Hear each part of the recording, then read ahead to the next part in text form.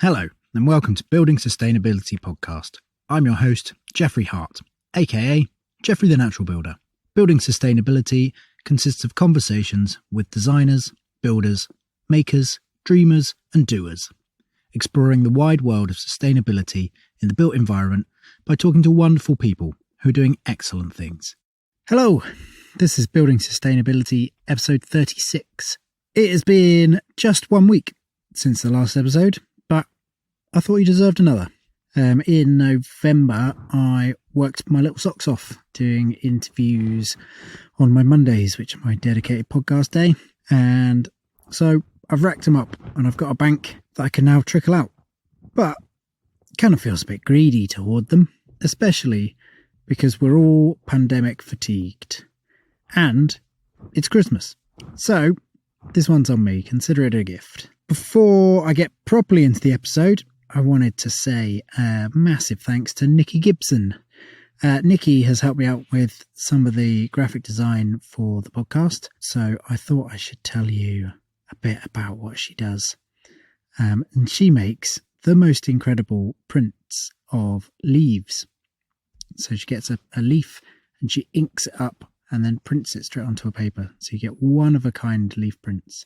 Currently, I have 3 on the boat. I think they're the most beautiful thing. So if that sounds like a thing you'd like, head over and check out her Instagram. I'll put a link in the show notes. Okay, this episode.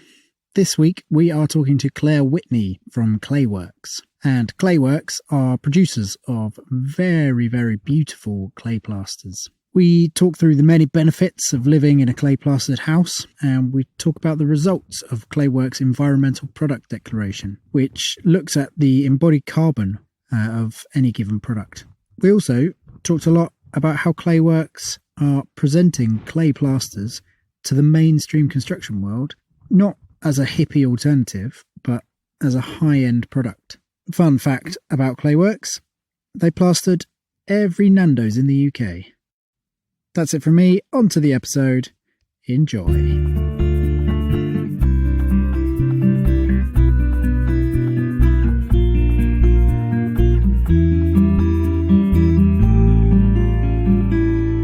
Yeah,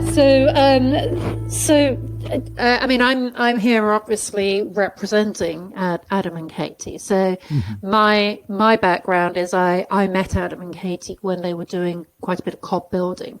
So like you, they studied in America and they studied also in Japan, and they studied vernacular architecture all over the world, and came back to Cornwall and started doing cob building, and they're doing quite a lot of work for Prince Charles and various other estates around Cornwall and in Scotland. And that's kind of when I got involved and just sort of helping as a freelancer, I guess. And in building or in more on the business and marketing side of it. Yeah. So we were just sort of looking at how to expand the business, and we realized that there was so much value. Well, Adam and Katie realized there was so much value in clay plasters, and the cob buildings they were building had lime on the outside, clay on the inside, and I think the fascination with clay grew from that. And as you know, they wrote a book called Cob in Cornwall, and then followed that by using natural finishes, which was lime and clay. And the fascination with clay plaster grew and grew, and became the question was how could they make it available to more people, and how could they make it available to people in inner cities and urban environments? Because at that time, which must have been around 2005, something like that, clay was primarily being dug up on site still. It was still a shovel and a wheelbarrow job, and that just wasn't scalable. So I started working with them at that time when they started to do some very serious research and development, and got involved with various universities, various testing labs, and they worked to create a clay that could be literally ready to mix with water, that could be put in bags and ready to mix with water. And that that actually wasn't a quick process. It took several years of researching multiple different clays and aggregates and all of the materials that are in a clay plaster. And clays aren't one material. There are lots and lots of different geochemical formulas, and I could bore you with all sorts of details about platelets and that sort of thing. But please do. It's about finding the right clays with the right sort of platelets, finding the right mixes, the right formulas, testing, and the biggest sort of nut to crack was to find a clay plaster that didn't crack. And the perception of clay was that clay plasters crack. And that's always the first question that we get asked, is it going to crack? Mm-hmm. And that's what the research and development really focused on, was one that wouldn't crack, that could be used a little bit like gypsum, but so that it didn't scare plasters. It wasn't sort of considered a mysterious deep art. It was an easy to use, ready to use, good clay plaster that would go on easily and last the time and not fall off the walls and not crack. So after several years really of testing and research, the very first clay plaster was launched in 2010, and our first sort of real high profile customer was Nando's, and things sort of took off from there. Yeah. And since then, there's a continuous focus on research, on development. We're always doing that. That's something that we've sort of increased on this year. It's something we've really put a lot of additional energy into this year.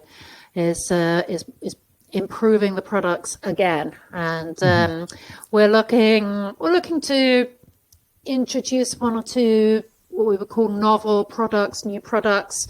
We're looking all the time to just make them a little harder, a little more durable, if that's what people want. We want to make them a little higher performing in terms of their relative humidity credentials, which are already the highest of pretty much any building material other than sort of longitudinal wood. But no harm in improving that. So yeah, we're researching colors, textures, performance, everything the whole time, and that's an ongoing process. So that's kind of potted history of where we've been and where we've got to. So I came on board several years ago in a more sort of full-time capacity. Mm-hmm. And Katie is on maternity leave and has been for a couple of years now. She's focusing on a couple of young children. And Adam's just sort of running around trying to hold everything together with the company, all the different aspects to a growing company. So exciting times. Yeah. Well, do you know what? I think I might have spoken to Adam a couple of times, but the last time I spoke to him, I've sent him a question about one of the products, and then he phoned me the next morning, and I think they just had maybe their second child, and that evening, and he was phoning me the next morning just to give me a quick bit of information, and then go and get back to the new parenthood part. Yes, so that must have been sort of a year and a half ago, more or less now. Yeah, so yes, he and the family, they're all well, they're all thriving. Great, that's good to hear. Clayworks is onwards and upwards. The other child, the Clayworks child, is growing nicely. Like. Yes, he's got 3 babies to manage. No, not to mention me. yeah. Lovely. So that was a really great sort of overview. Well, you mentioned sort of testing out different clays and things like that. Where do you end up sourcing your clay from? Is it a local to Cornwall clay? We source the clays from across the south of England, actually. So we try to source the bulk of the products as locally as we can. As I said, the formulas are quite complex. There are sort of Coca-Cola formulas. There's not just one or two materials in there. There are several materials in each finish that we produce.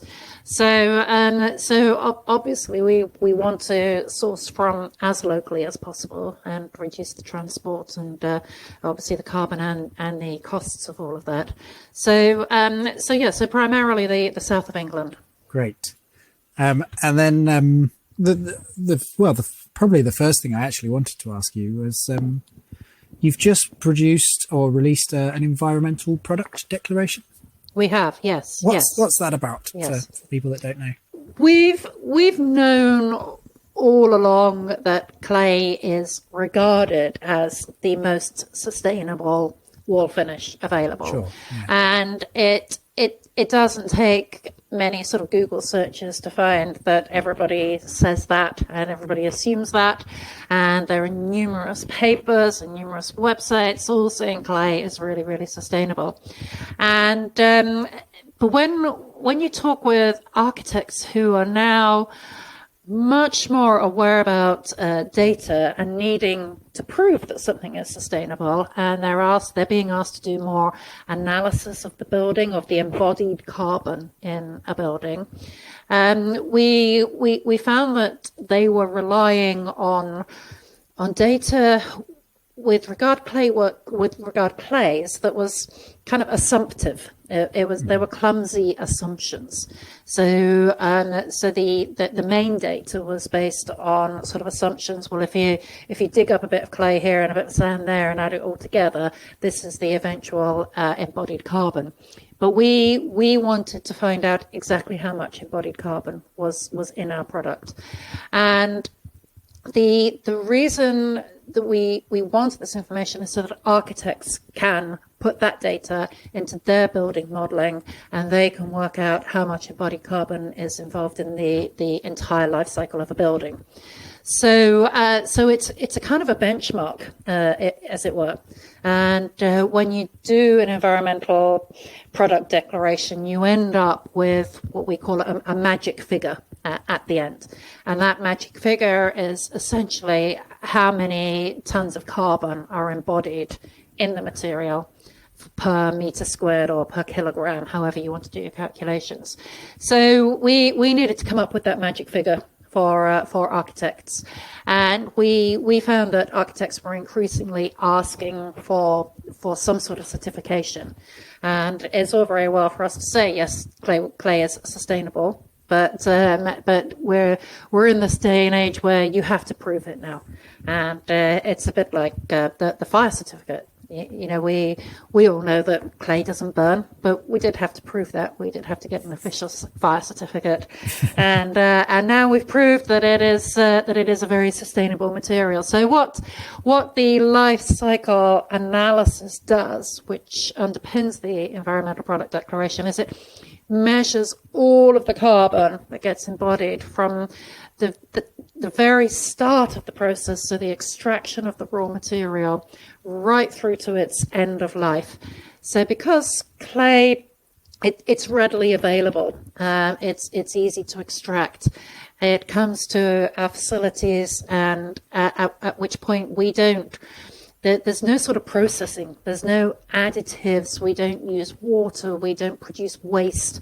There's no processing as such. Clay remains a raw material.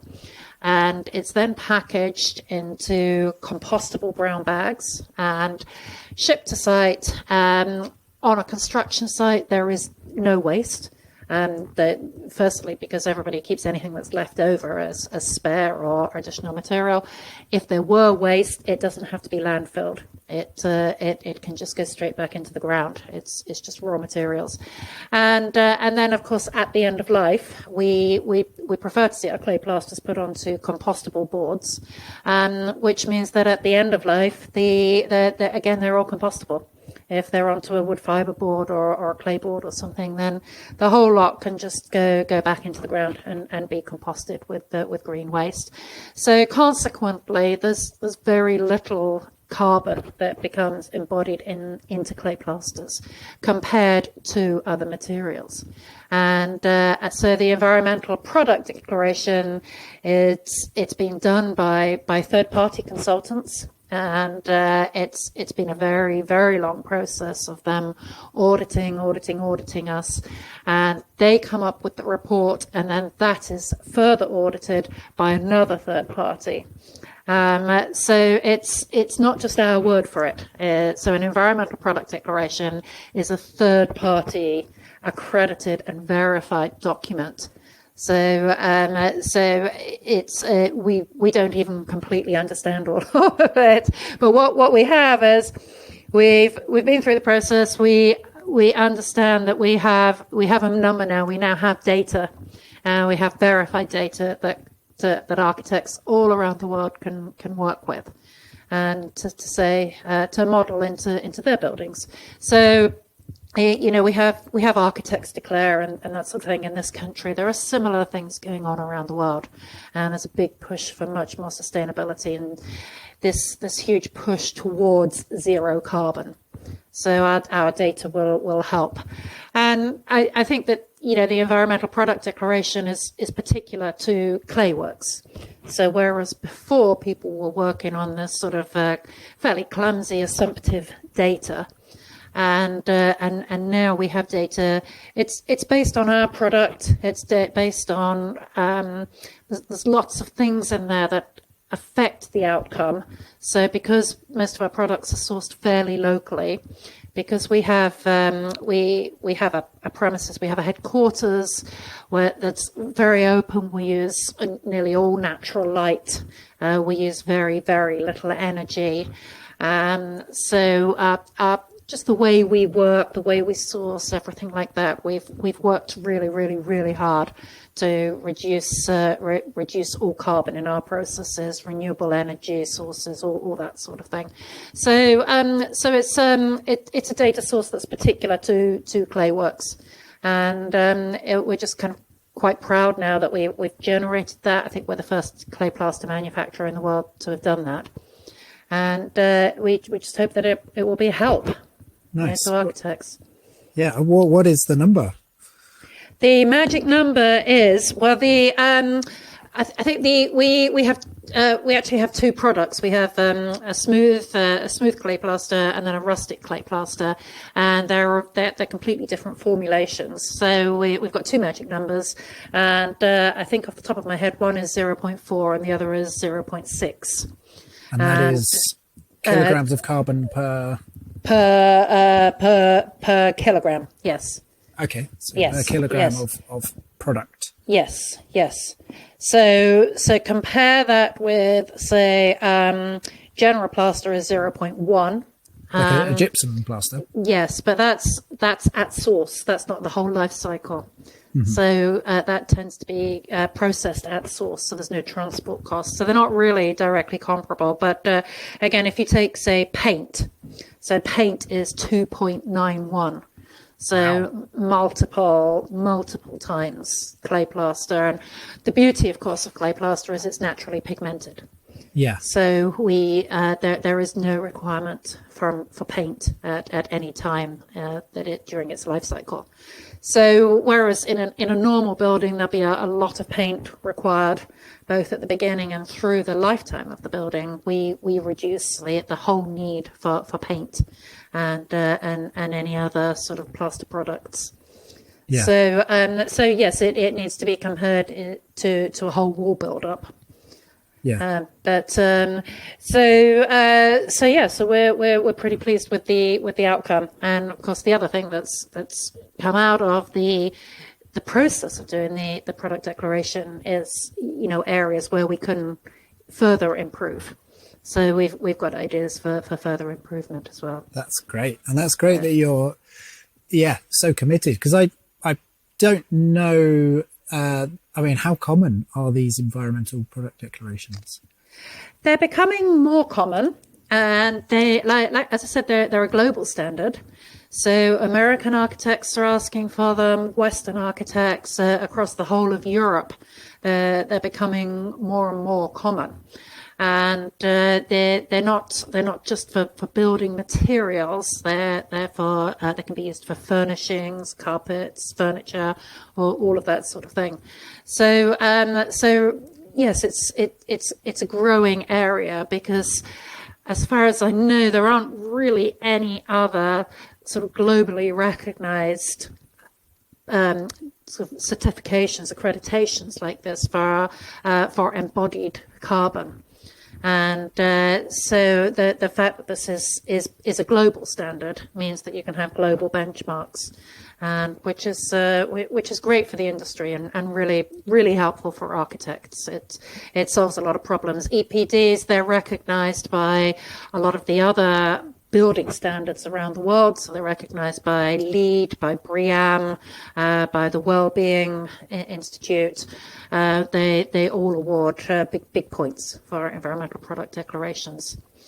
Excellent. And it's great to know that embodied carbon is it seems like it's beginning to really be taken notice of. It's for a long time it seemed like it was just a forgotten part of construction. It was. I mean, we noticed the change in the industry probably 18 months, 2 years ago. There's always been this focus on operational energy. So the power and the electricity and all those sorts of things, and sustainable building became sort of synonymous with solar panels and heat pumps and energy, heat and all of that sort of thing. And embodied energy was the forgotten carbon, but it's rapidly increased in profile over the last 18 months, and it is very fundamental now to a lot of these big initiatives being led by sort of Architects Declare and the REBA Challenge, and that was all launched last year. That put a lot of emphasis on carbon. So what is the REBA Challenge? So in June 2019, the Royal Institute of British Architects, RIBA, they voted to join the global declaration of the environment and climate emergency. And the climate emergency was demanding urgent action and leadership by architects and the wider construction industry. So RIBA developed its 2030 Climate Challenge, which is an initiative setting targets for practices to adopt to reduce the operational energy and the embodied carbon within their projects. So it's an initiative driven by RIBA to really try and encourage all architects in Great Britain to reduce operational and embodied carbon.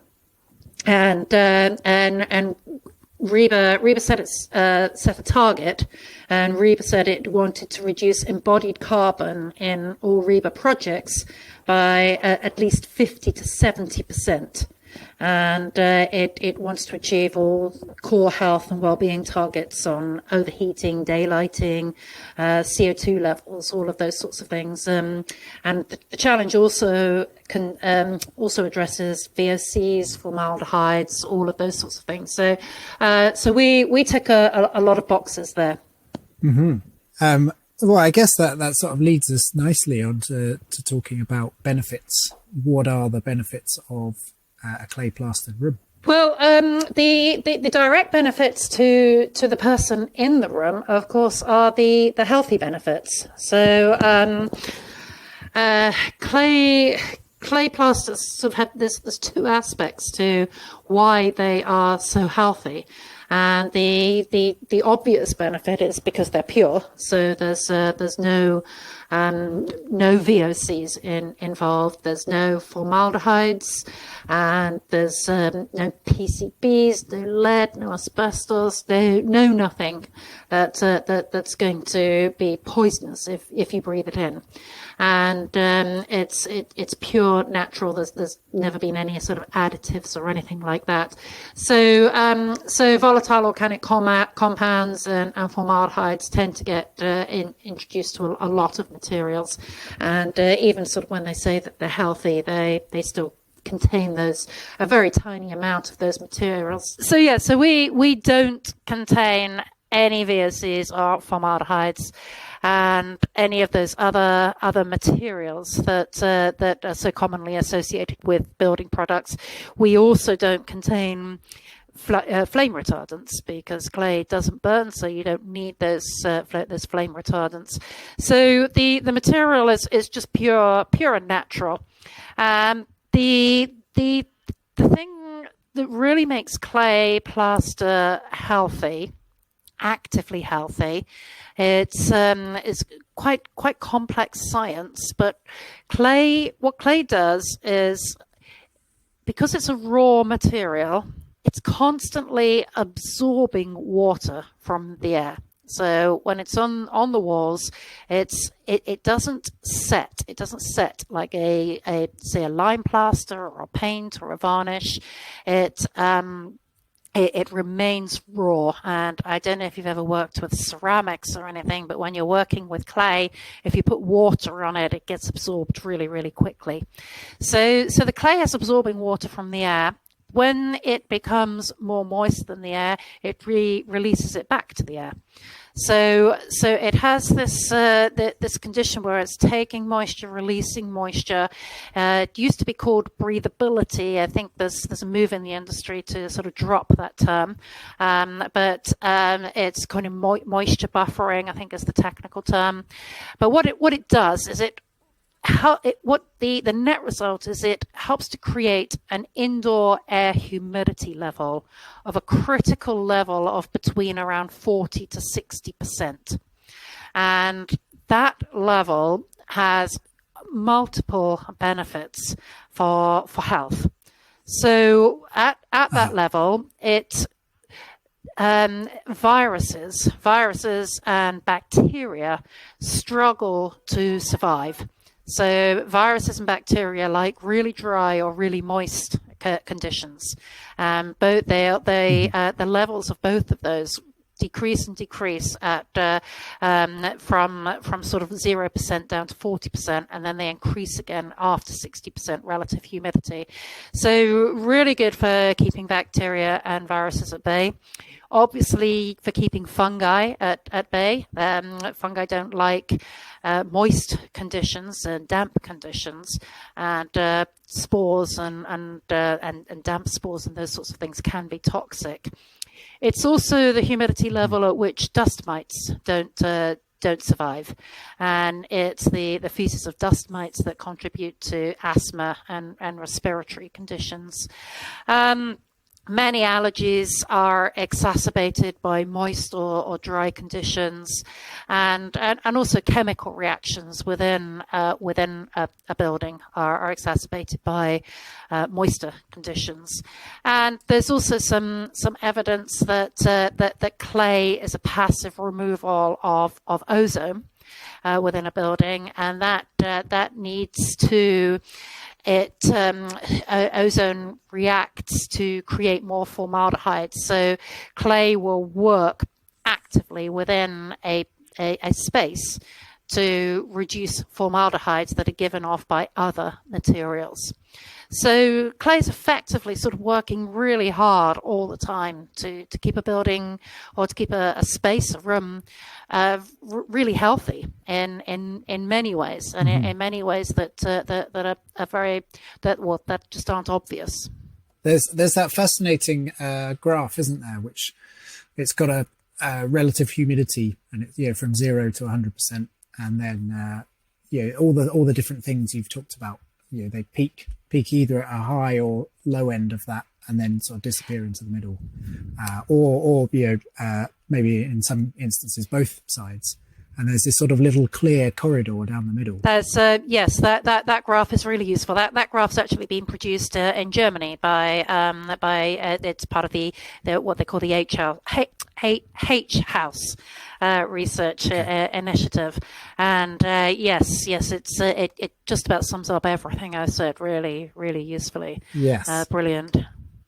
So there's a lot of ongoing research again into relative humidity.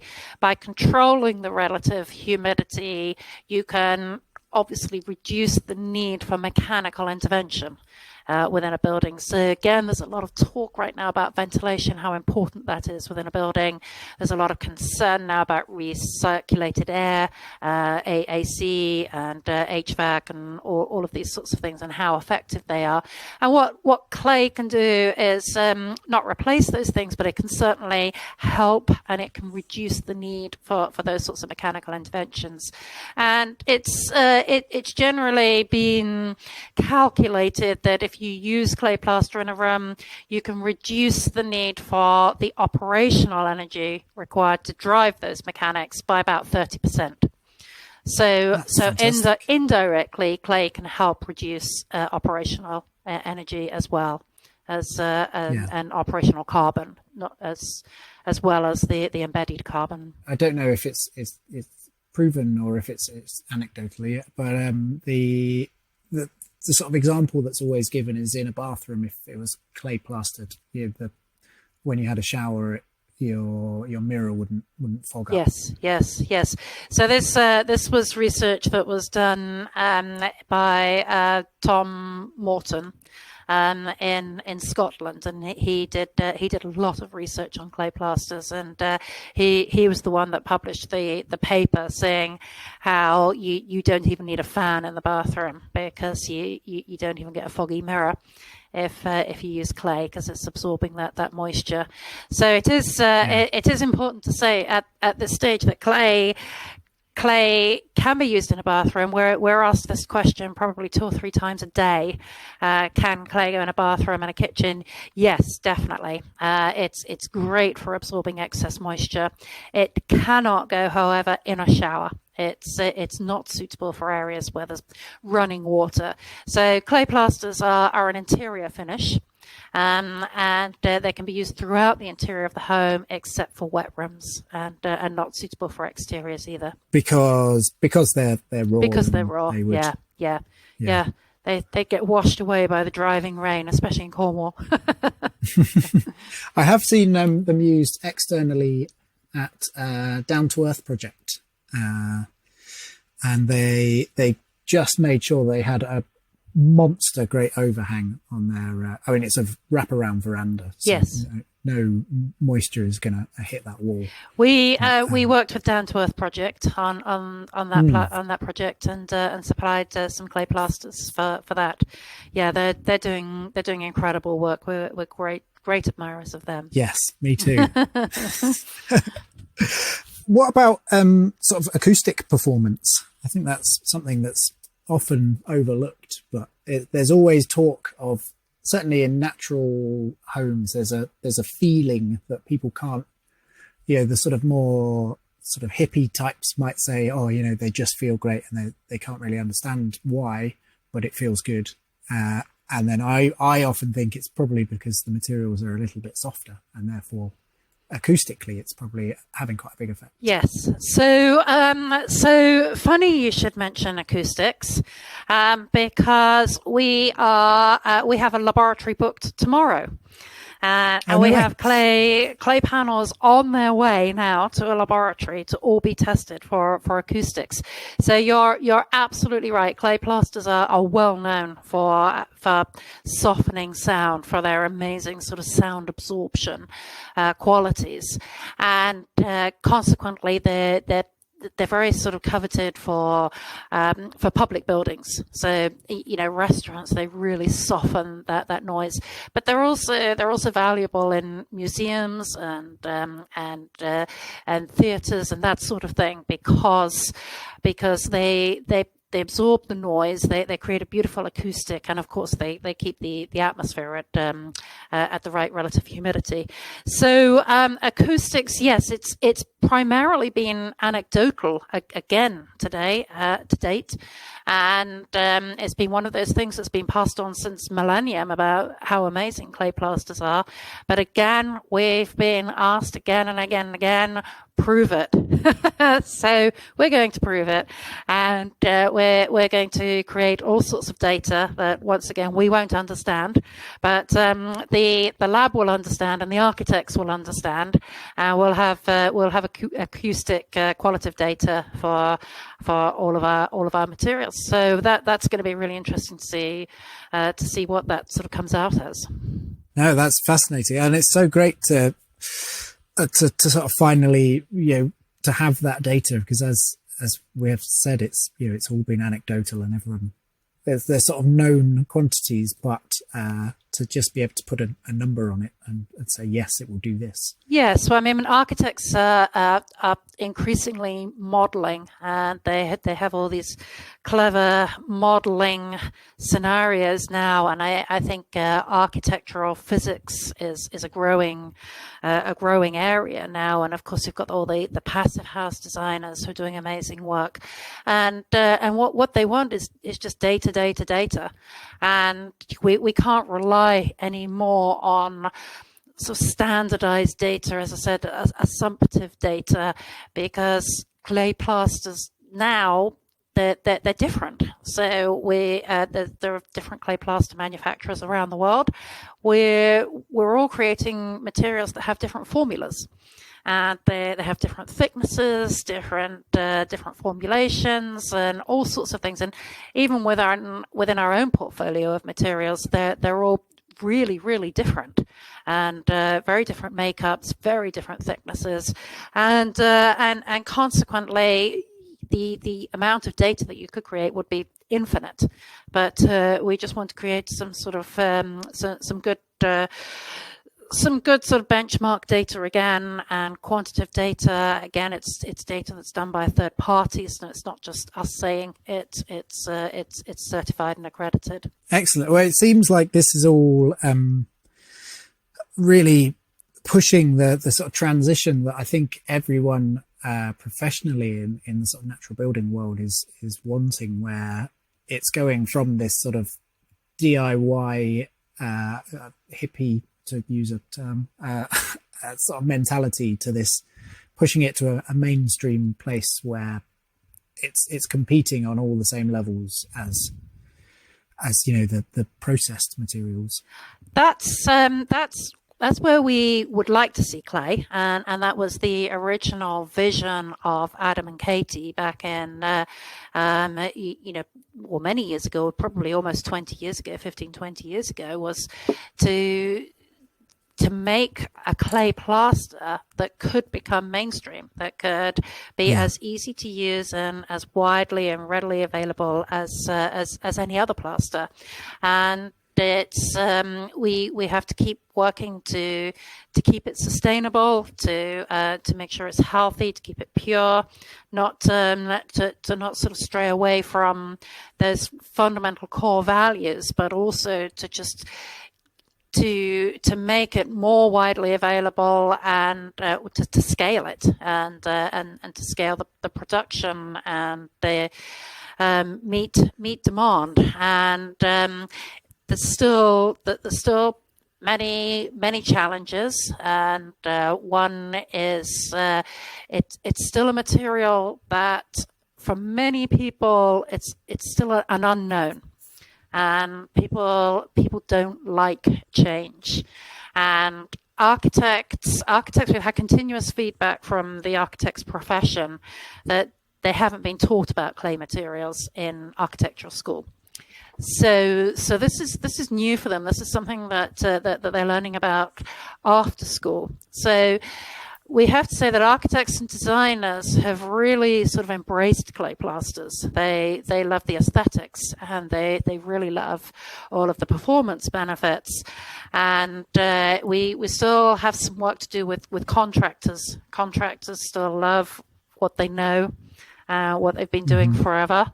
So there's quite a lot of persuading to do sometimes with the contractors when it gets to that end of the project. But again, that's changing. We have numerous now really skilled, really good clay plasterers around the world who've worked with our materials, who've created amazing projects and amazing pieces of work, and that's fantastic, because as we have more and more really good clay plasterers around the world, that gives contractors more confidence in the material. And of course, ourselves and other clay plaster manufacturers around the world, we've all sort of been selling now clay plasters that are ready to mix for most of the century. So, and they're still on the walls. So the materials gaining confidence, gaining credibility in the industry, and it's exciting to see. Yeah, I actually just discovered a way that clay is being used in the mainstream, in that it's being used as the teaching medium for people on conventional plastering courses. Oh, okay. Because a friend of mine was doing a course that he was put on by, what is it? It's not CITB. It's a BTEC plastering course. And they were all plastering with clay plasters, because at the end of the day they can scrape it all down, put it back in the mixer, and away they go. Fantastic. And and he came to that course from plastering with me, with clay, and so he was just chuckling away as he got back to his well-known material. Yeah, well, that's really good to hear, because as it becomes a more familiar product, then it's going to gain traction in the marketplace, and that's good for all clay plaster manufacturers, and good for the environment, and good for healthy buildings, for sure. Yes, yeah, absolutely. So I want to talk a little bit about the sort of finishes, because if you look on your website, the sort of range of finishes from just a very conventional plastered surface up to really quite experimental textures and quite playful sort of sweeps and curves. Your product obviously, it sort of encourages almost some of that experimentation. Yes, and that's actually where we started. So the first clay plasters that were released by Clayworks were sort of a more rustic finish, which is quite a thick finish. It's about 10 millimeters thick. And those are the finishes that were sort of coveted by companies such as Nando's. And all of the Nando's restaurants are different. They don't follow that sort of that formulaic franchise type look. They have a similar look and a feel, but they're all different. And the designers for each Nando's were very encouraged by the brand to be experimental and sort of create such type of African type finishes.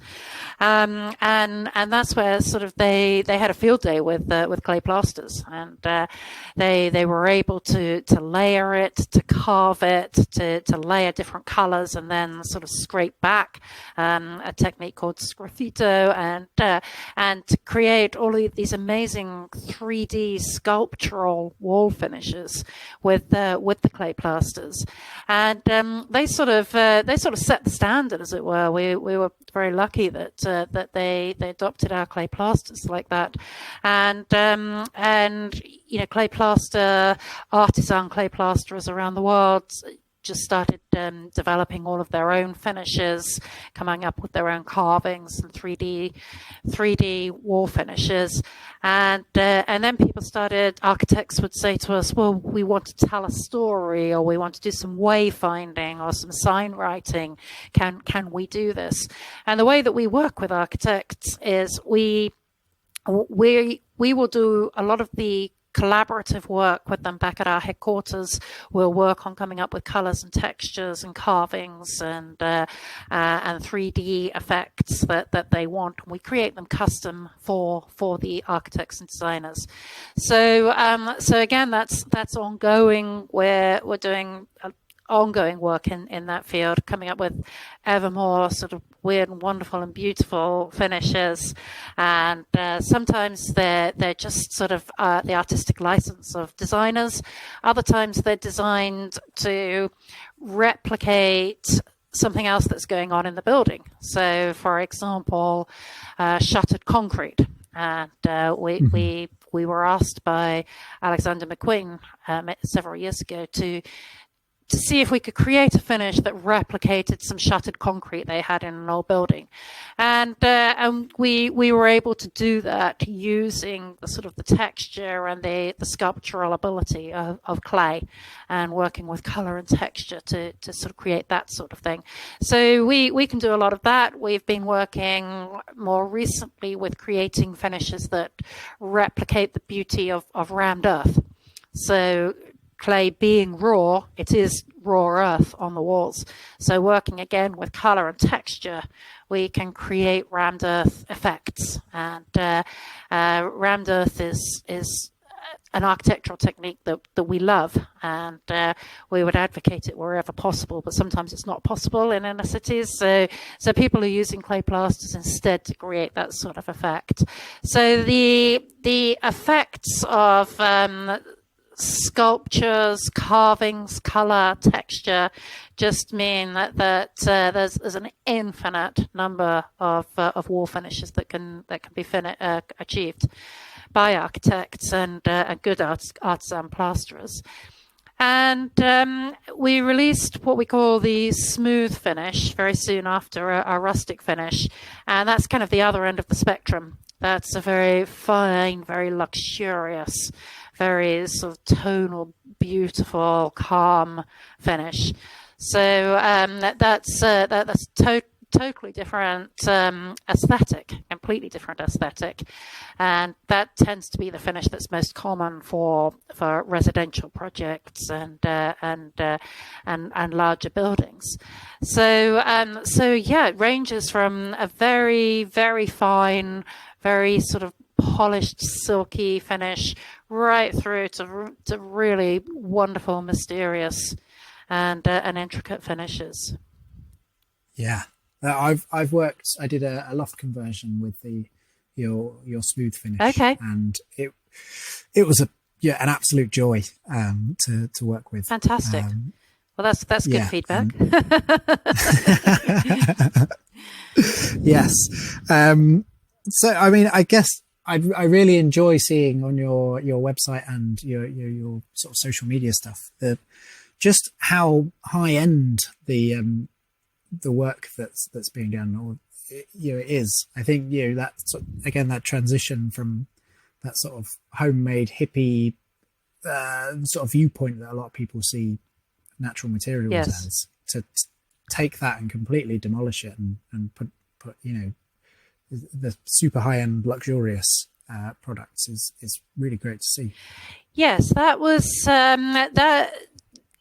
that was kind of fundamental to the entire sort of vision of Adam and Katie, was to take clay plasters from that category of sort of self-build and through to what we've really done is created an entirely new category.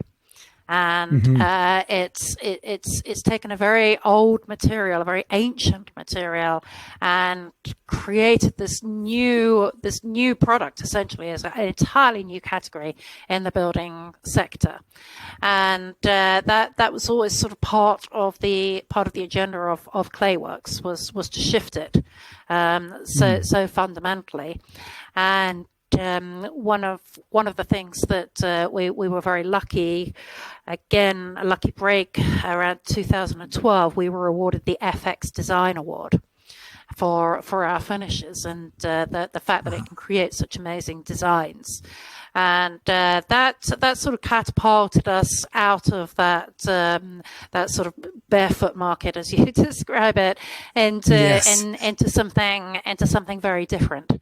And ourselves and again other commercial clay plaster manufacturers, we're all sort of embracing that new market opportunity, and it's exciting because it has shifted perceptions of clay plasters entirely. Have you come up against any sort of resistance to this idea of using mud essentially? To people, well, has there been any instance of people feeling like that's old peasant technology and we should move on past that to something new and better? Well, no, not once they understand the product. I was asked to give a talk to an interior design talk. So there was a room full of interior designers.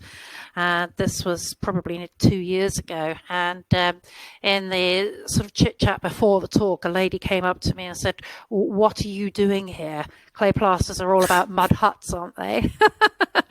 So I hope I convinced her otherwise by the end of the talk that no, clay plasters aren't only about mud huts. They are still about that, which is fantastic, but they're also about something very different now. So no, we haven't met any resistance. We've invoked a lot of intrigue and a lot of interest, and we have had some interest, I would say, from architects, designers, where you've had an architect or a designer who's in love with the idea of clay plaster, but is unable to convince their clients. And their clients aren't ready for it. They haven't understood it. Not so much in this country, but in some other countries where maybe it's still not known very well.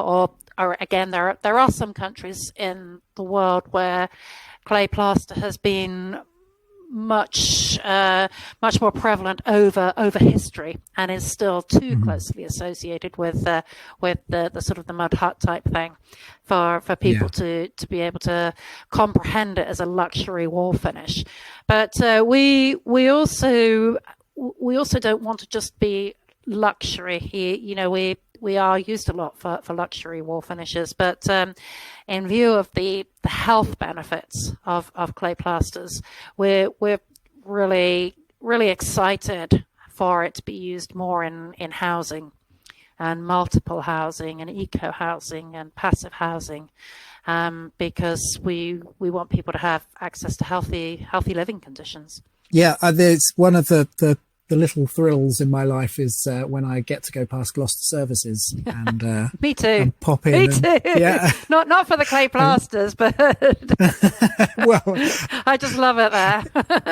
Yes, well, it's been said that it's a destination venue. Yes, we should all be heading there for a day out. Oh, it's fantastic, isn't it? Fantastic. After you've been on the motorway to be able to stop there and have lunch or something, just ideal. Yeah.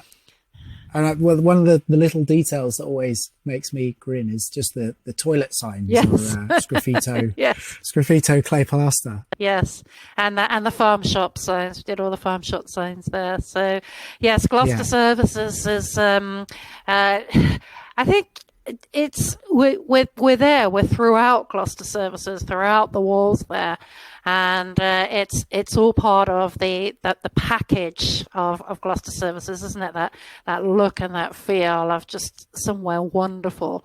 Most people, of course, don't know it's clay plasters. There's nothing there to say that, and it's not a high profile case study of ours. So it's something we often say to people if they say, "Well, where can we see it?" Well, do you ever go past Gloucester? Yes. Oh, really? Was that clay plaster? So they are surprised.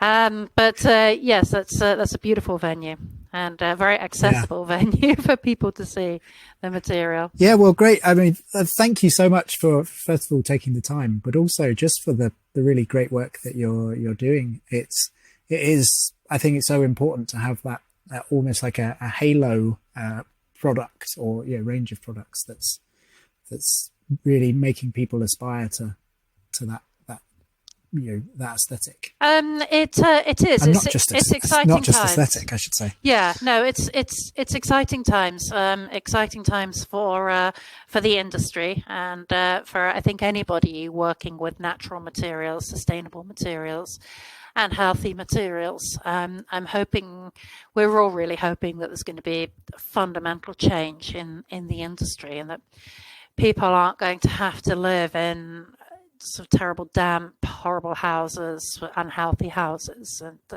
that we can change that, and that we can use natural materials to achieve what we need to achieve in architecture, as you said, good acoustics, calm environments, the right humidity, and just materials that are going to help keep all the sort of nasty things at bay.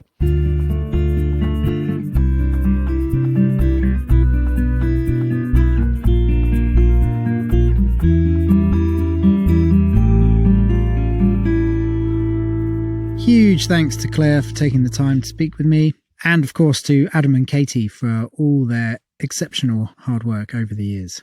Normally at this point I'd ask you to support the podcast on Patreon, but not this episode.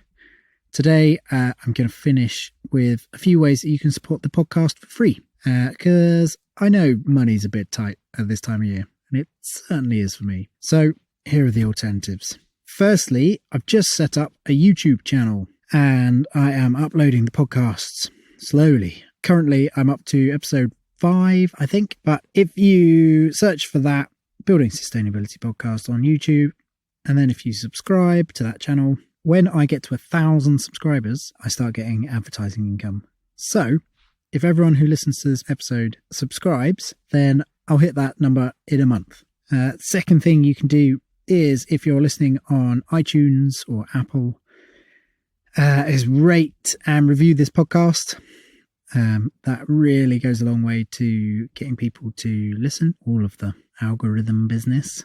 And the third and final way is just to share the episodes when they come out. So on Instagram and Facebook, I am Jeffrey the Natural Builder, and on Twitter, I am J Natural Builder. And every time I produce a new episode, I post about it on my social medias. And if you can share one of those, then it just means that all the more people find out about it. And then hopefully that means that all the more people get inspired to build in a sustainable manner. Okay, that's probably it. I've got one last episode for you this year. I hope that you're all staying healthy and well. And if you're listening to this while driving home for Christmas, oh no, Christmas song. All the best. See you soon.